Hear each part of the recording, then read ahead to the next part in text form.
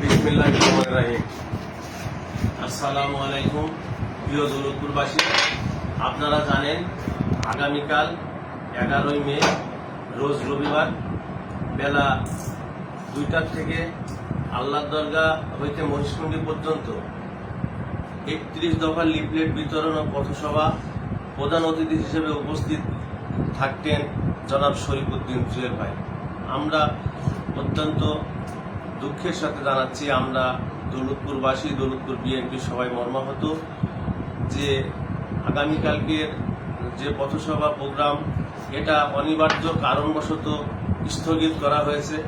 আপনাদেরকে আমরা এই প্রোগ্রামের বিষয়ে পরবর্তীতে আলাপ আলোচনার মাধ্যমে সকলের মতামতের ভিত্তিতে পরবর্তীতে তারিখ জানানো হবে।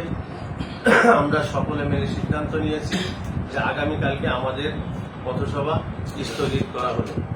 প্রিয় দৌলতপুরবাসী, আপনারা জানেন আগামী জাতীয় সংসদ নির্বাচনকে সামনে রেখে দৌলতপুরের কৃতি সন্তান জনাব শরীফউদ্দিন জুয়েল এই দৌলতপুরের মাটিতে, দৌলতপুরের গ্রামে গঞ্জে, বাজার ঘাটে এবং দৌলতপুরের সাধারণ মানুষের মাঝে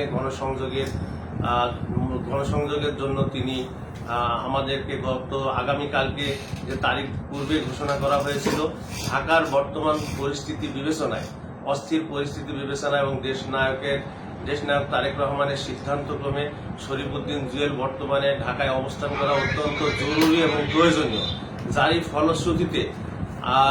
ফলশ্রুতিতে আগামীকালকে প্রোগ্রাম দৌলতপুরে স্থগিত করা হয়েছে।